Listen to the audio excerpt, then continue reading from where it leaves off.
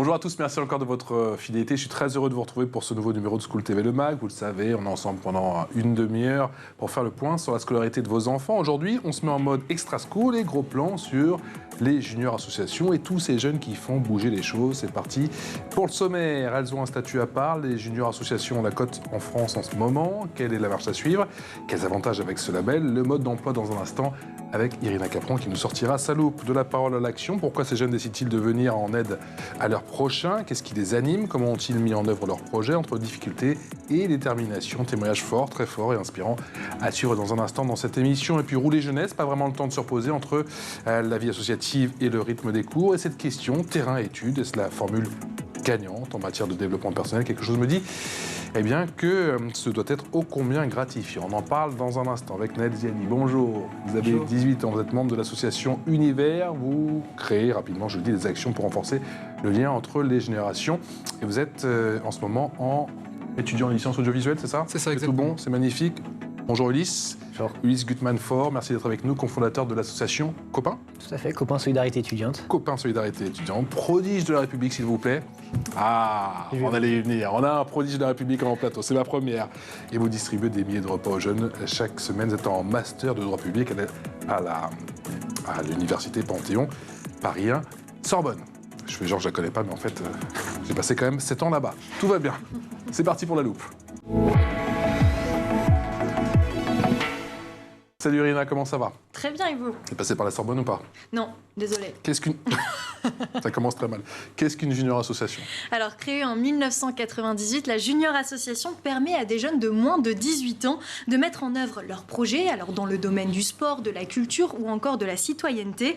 Elle permet de se regrouper et de fonctionner comme une association de loi de 1901. En fait, c'est très simple. Si vous avez entre 11 et 18 ans et que vous avez des idées plein la tête, comme créer un groupe de danse, jouer devant un public ou encore remettre en état une piste de skate, eh bien c'est possible grâce au soutien du réseau national des juniors associations qui va vous fournir le cadre juridique nécessaire, c'est-à-dire une assurance, la possibilité d'ouvrir un compte bancaire et un accompagnement qui va vous permettre d'avoir des informations et des conseils utiles sur les démarches à suivre pour mener à bien vos projets. Du coup, vous en avez créé une? Non, pas tout de suite. Ça va arriver.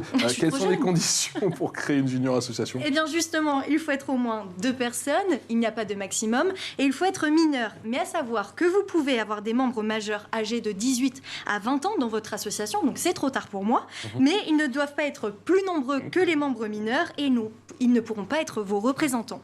Et tous les juniors associations doivent être membres du réseau national, donc il faut verser une cotisation de 15 €, mais pour tout le groupe. C'est simple ou pas de créer une junior association? Oui, c'est quand même assez simple pour devenir une junior association. Je me méfie avec vous. Non, c'est très simple, vous allez voir. Le projet doit être présenté au relais départemental et pour cela, il suffit de remplir un dossier d'habilitation qui est disponible sur le site internet juniorassociation.org.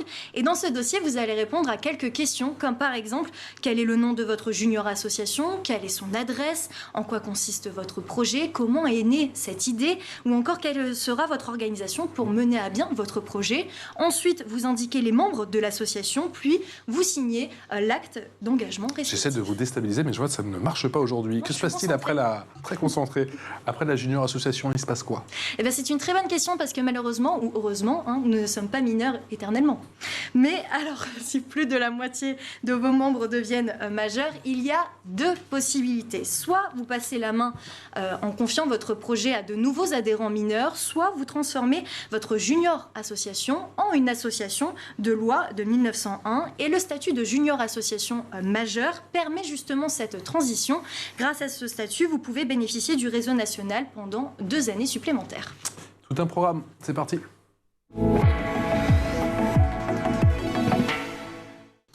Alors Ulysse et Naël, on ne naît pas citoyen, on le devient. Donner son temps pour les autres, est-ce qu'on a, à votre avis, tout ça en soi?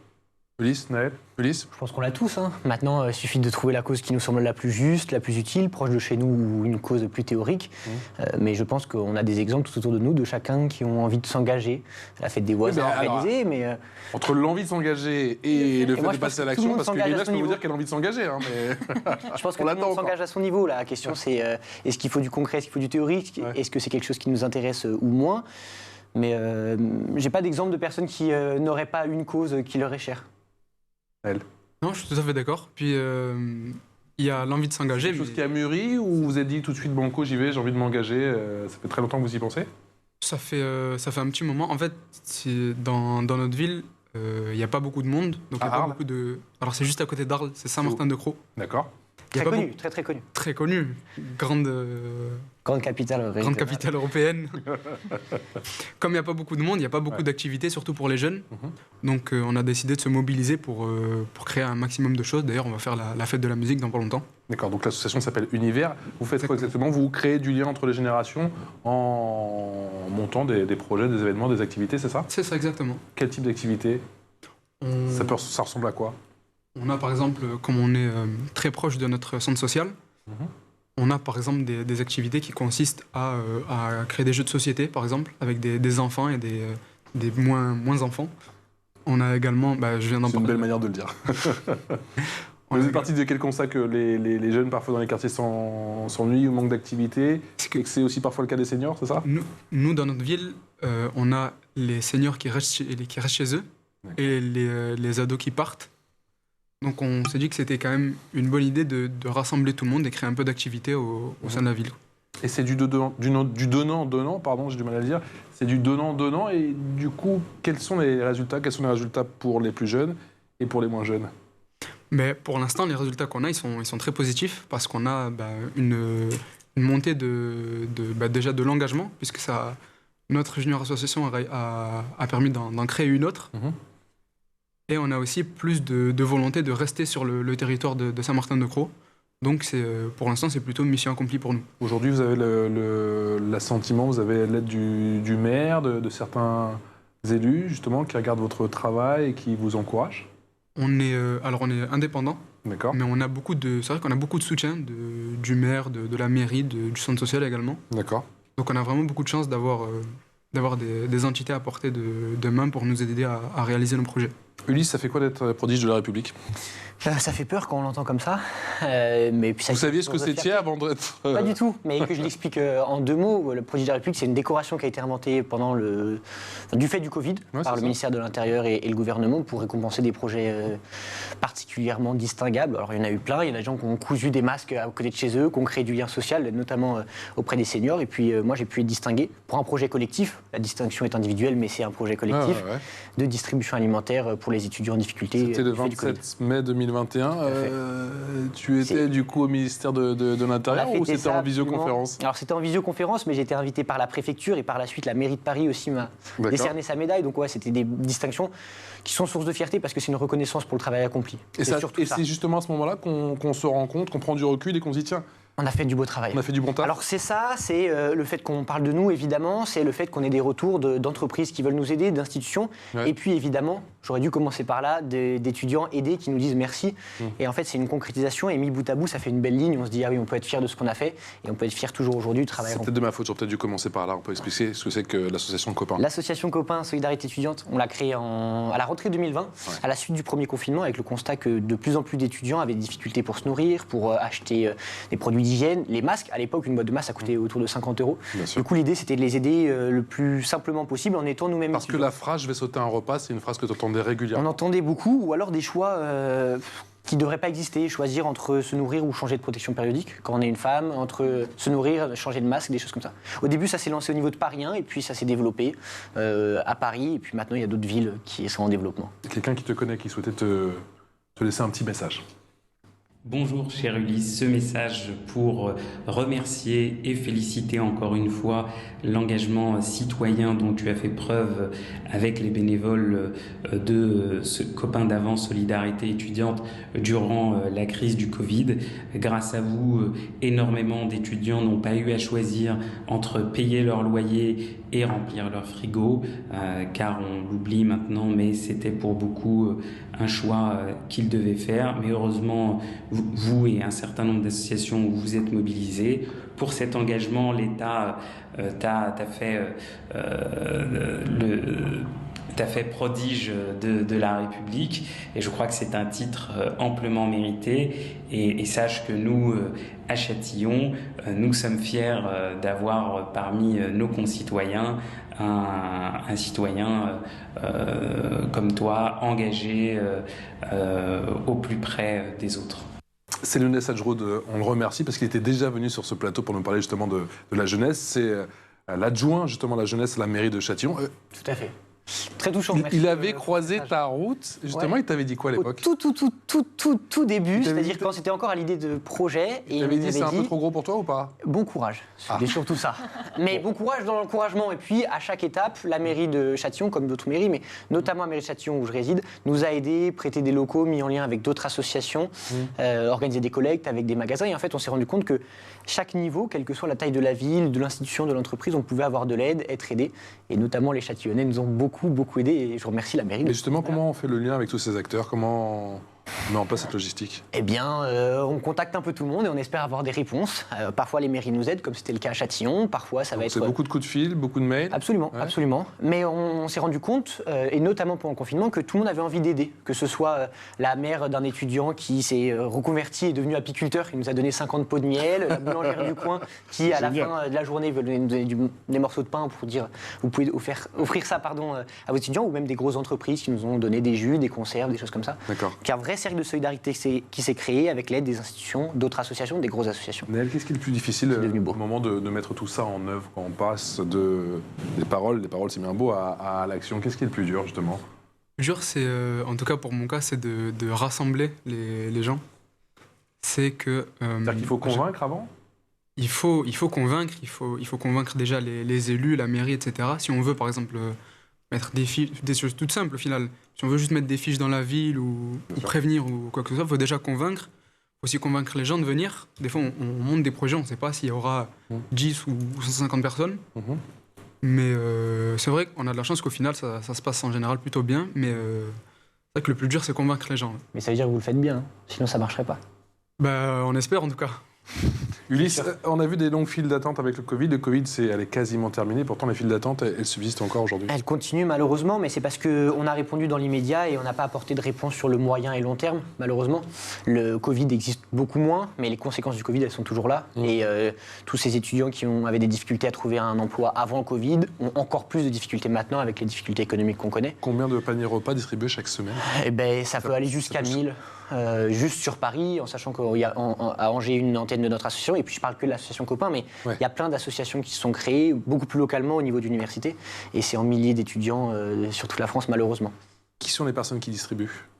Les étudiants. Et c'est ça l'avantage, et c'est le côté positif. Nous, on a voulu faire une association par les étudiants pour les étudiants, ou par les jeunes pour les jeunes, pour créer une espèce de solidarité entre une même génération. Et cette horizontalité, elle apporte quoi? Elle apporte le fait que des étudiants ont moins de difficultés à passer la porte, à demander de l'aide d'autres étudiants. Elle apporte, et c'est le deuxième élément, le fait qu'on a des étudiants qui se sentent un peu redevables, ou en tout cas voudraient nous remercier. Ils me disent, moi là, j'ai pas d'argent à vous donner, ni de denrées alimentaires, ni quoi que ce soit, sinon ils viendraient pas nous demander de l'aide.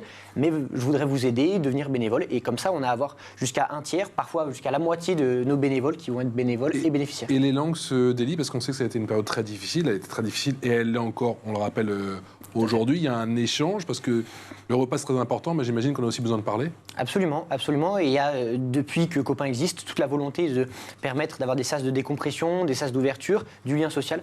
Il y a tout un pôle suivi, accompagnement personnalisé qui permet de soit contacter des psychologues, soit parler à d'autres étudiants, juste de son quotidien, et pouvoir comme ça soulager son corps et son cœur au-delà de se nourrir. Naël, quel est l'intérêt d'une junior association? C'est vraiment important d'avoir ce label, ça fait la différence ou pas forcément? Ça fait une vraie différence. C'est qu'on est reconnu en tant que tel.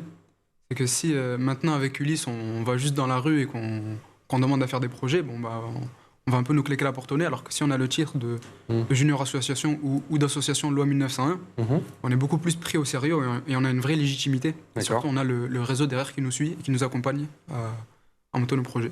Je pense que tu mets le doigt sur quelque chose de vraiment intéressant, c'est que monter un projet quand on est jeune, encore plus quand on est mineur, c'est tout un tas de difficultés mises à la suite.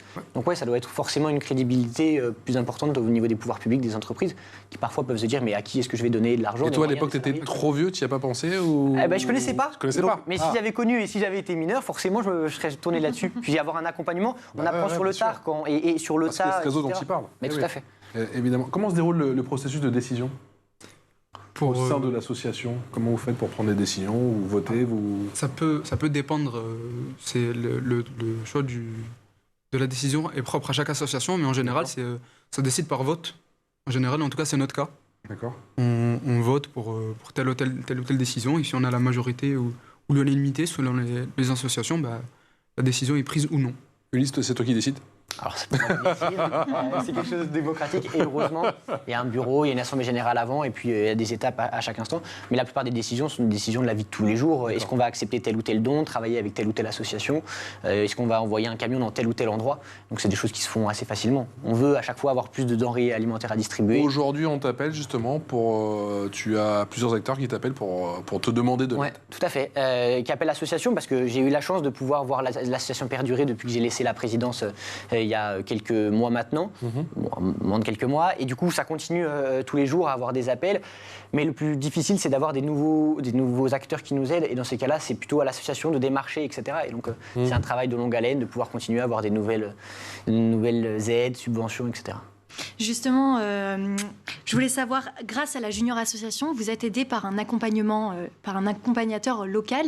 Quel est son rôle? Est-ce qu'il vous aide aussi à vous donner des conseils un peu pratiques, genre comment organiser une manifestation, ou alors comment gérer sa trésorerie? Parce que c'est important aussi de savoir, quand on est mineur, de savoir un peu gérer tout ça. On vous donne des conseils un même petit majeur. peu Même majeur, c'est vrai. Le rôle pour nos deux accompagnatrices locales, c'était au début de nous encadrer, de nous montrer le chemin à suivre.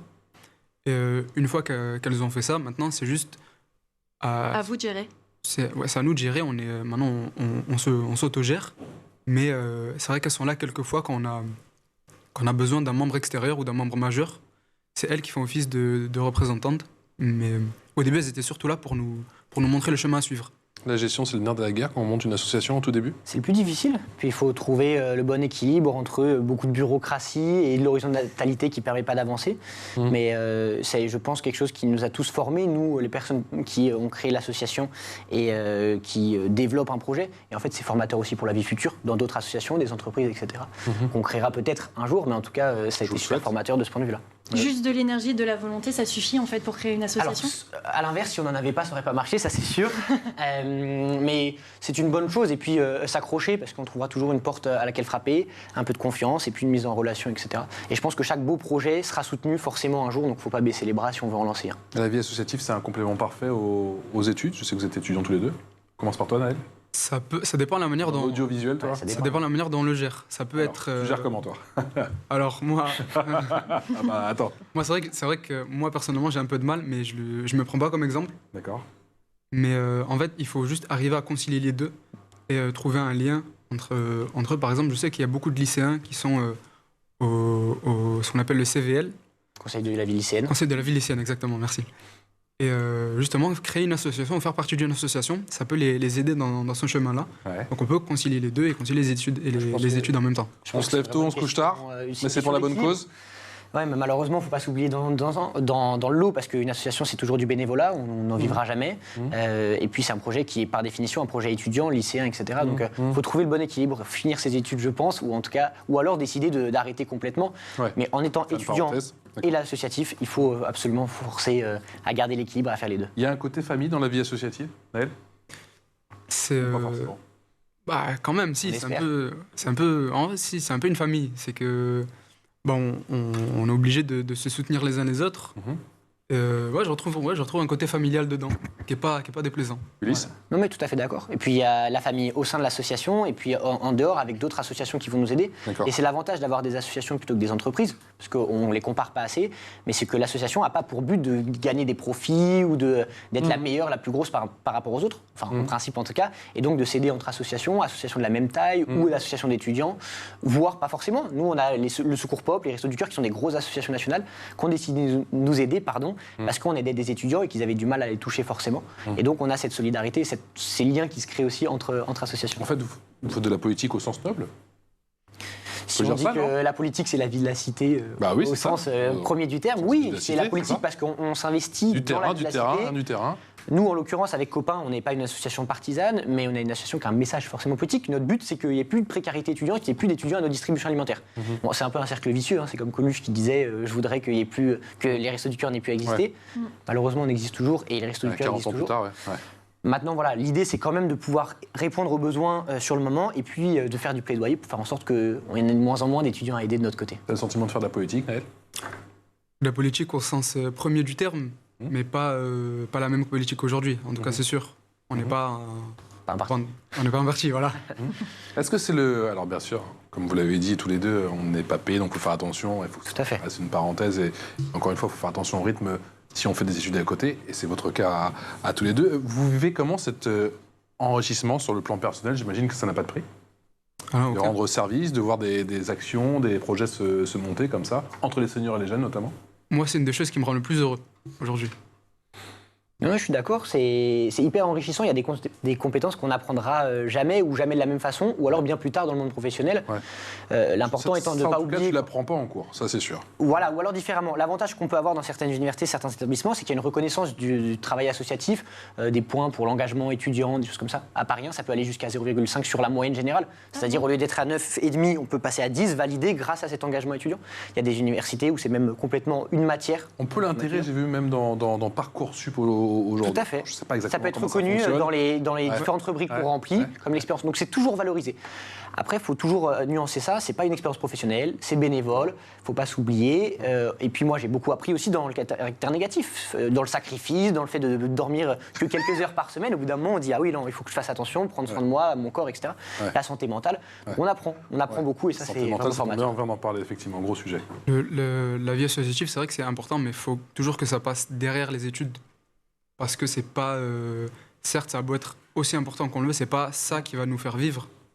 Finalement, ça passe toujours. Mais ça peut faire la différence aujourd'hui pour intégrer peut-être telle ou telle école. On a fait beaucoup d'émissions, nous ici dans School TV, à l'étranger. On voit qu'en Chine, c'est un passage obligatoire, effectivement. Il faut faire du bénévolat, il faut... Voilà. Aux États-Unis, je sais que tu connais bien ici, Irina, c'est la même chose. Ouais. On le met en gros sur son CV, et c'est vrai que là aussi, ça fait la différence. Aujourd'hui, en France, doucement, ça commence à... Ça fait la différence, mais ça ne remplacera pas les études. Si on ne valide pas son année, l'associatif ou pas, à moins d'être... en Chine, aux États-Unis aussi, je te rassure. Voilà. Donc voilà, ça peut faire la différence sur le delta à deux dossiers égaux, forcément. Ouais. Ça aide, comme tu l'as dit, mais ce n'est pas un facteur primordial, en tout cas. Irina, l'info en plus.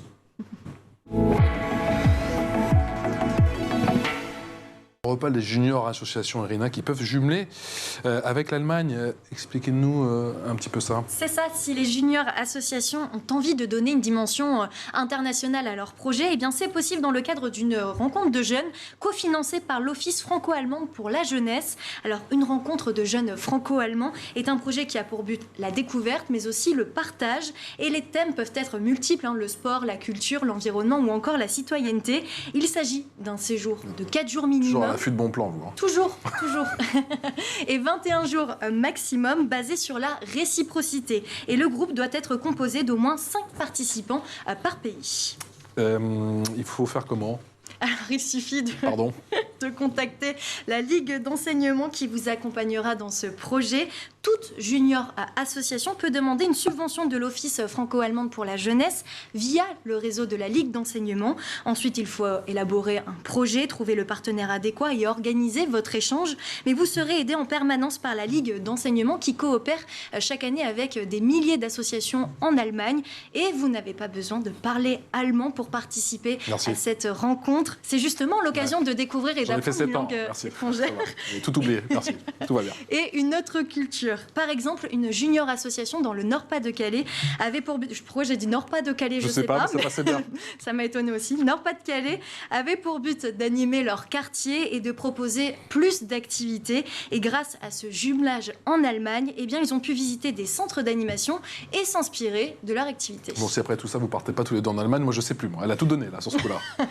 Ça peut donner des idées, effectivement, ces passerelles avec l'étranger ou non, pas forcément? Ça m'en a donné. Tu vois, Ulysse Non, il y a déjà des projets qui existent entre différentes associations, etc. En fait, nous, ce qu'on a observé sur les distributions alimentaires, c'est que tous les étudiants ont organisé des projets dans leur université, etc. Mais des liens, etc., ça ouvre en tout cas des portes et des opportunités intéressantes. Qu'est-ce qu'on peut vous souhaiter pour la suite?